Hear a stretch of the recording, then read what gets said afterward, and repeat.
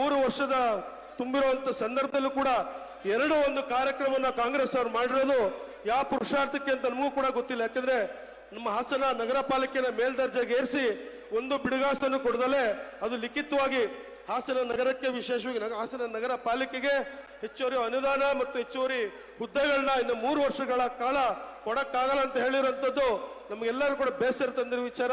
ಹಾಗಾಗಿ ನಾನು ಕಾಂಗ್ರೆಸ್ ನಾಯಕರಿಗೆ ಮತ್ತು ಕಾಂಗ್ರೆಸ್ ಸರ್ಕಾರಕ್ಕೆ ಕೇಳಿ ಬಯಸ್ತೇನೆ, ಹಾಸನದಲ್ಲಿ ಯಾವ ಪುರುಷಾರ್ಥಕ್ಕೆ ತಾವು ಸಮಾವೇಶನ ಮಾಡಿದ್ರಿ, ಏನು ಸಾಧನೆ ಸಮಾವೇಶನ ಮಾಡಿದ್ದು ಯಾವ ಪುರುಷಾರ್ಥಕ್ಕೆ ಅಂತ ಗೊತ್ತಿಲ್ಲ. ಆದ್ರೂ ಕೂಡ ಇಂಥ ಒಂದು ಸಂದರ್ಭದಲ್ಲಿ ನಮ್ಮ ಹಾಸನ ನಗರ ಇವತ್ತು ಕುಮಾರಣ್ಣವ್ರಿಗೆ ನಾನು ಕೇಳಿ ಬಯಸ್ತೇನೆ, ಇವತ್ತು ಸನ್ಮಾನ್ಯ ದೇವೇಗೌಡ ಅಪ್ಪಾಜಿ ಅವರು ಪ್ರಧಾನಮಂತ್ರಿಗಿಂತ ಕಾಲದಲ್ಲಿ KADB ಸರ್ಕಾರದಲ್ಲಿ ಇಂಡಸ್ಟ್ರಿಯಲ್ ಆಗಿಂತದ್ದು ಸನ್ಮಾನ್ಯ ದೇವೇಗೌಡ ಅಪ್ಪಾಜಿ ಅವರು ಪ್ರಧಾನಮಂತ್ರಿ ಇದ್ದಾಗ ಮಾತ್ರ ಇವತ್ತು 1 ಲಕ್ಷ ಜನ ಹಾಸನದ ಜನತೆ ಇವತ್ತು ಅಲ್ಲಿ ಕೆಲಸ ಮಾಡ್ತಾ ಉದ್ಯೋಗನ ಪಡ್ತಾ ಇರೋದು ನಮ್ಗೆಲ್ಲರಿಗೂ ಸಂತೋಷ ತಂದಿರೋ ವಿಚಾರ.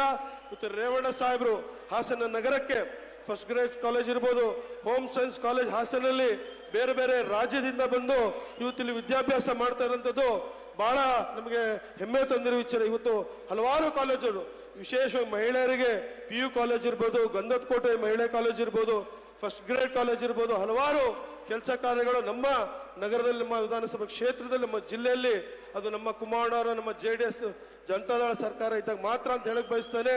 ಇವತ್ತು ನಾವು ಕೂಡ ಎಲ್ಲೋ ಒಂದ್ ಕಡೆ ನಮ್ಮ ಹಾಸನ ಜಿಲ್ಲೆಗೆ ಅನ್ಯಾಯ ಆದ್ರೂ ಕೂಡ ಮುಂದಿನ ದಿನಗಳಲ್ಲಿ ನಾವೆಲ್ಲರೂ ಕೂಡ ಮುಂದೆ ಹೋರಾಟ ಮಾಡ್ತಾ ಪಕ್ಷದ ಇವತ್ತು ಬಲವರ್ಧನೆಗೆ, ಸಂಘಟನೆಗೆ ತಾವೆಲ್ಲರೂ ಸಾಕ್ಷಿಯಾಗಿದ್ದೀರಿ. ಸುಮಾರು 2 ಲಕ್ಷಕ್ಕಿಂತ ಹೆಚ್ಚು ಕಾರ್ಯಕರ್ತರು, ಮುಖಂಡರು, ಪಕ್ಷದ ಅಭಿಮಾನಿಗಳು, ದೇವೇಗೌಡರ ಹಿತೈಷಿಗಳು, ಅವರ ಕುಟುಂಬದ ಹಿತೈಷಿಗಳು ಸಹಸ್ರಾರು ಸಂಖ್ಯೆಯಲ್ಲಿ ಬಂದು ಕಾರ್ಯಕ್ರಮ ಯಶಸ್ವಿ ಮಾಡಿದೀವಿ.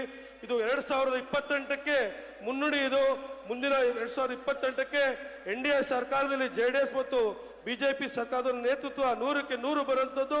ಮುಂದಿನ ದಿನಗಳಲ್ಲಿ ಹಾಸನ ಜಿಲ್ಲೆ ಅಭಿವೃದ್ಧಿ ಹೋಗ್ಬೇಕು ಅಂದ್ರೆ ಅದು NDA ಸರ್ಕಾರ ಮಾತ್ರ ಅಂತ ಈ ಸಂದರ್ಭದಲ್ಲಿ ಹೇಳಿ, ಹಾಸನ ಸಮಸ್ತ ಜನತೆ, ವಿಶೇಷವಾಗಿ ಹಾಸನ ಜಿಲ್ಲೆಯಿಂದಲೇ ಹೆಚ್ಚಾಗಿ ತಾವೆಲ್ಲ ಬಂದು ಕಾರ್ಯಕ್ರಮ ಯಶಸ್ವಿಗೊಳಿಸಿದ್ರಿ.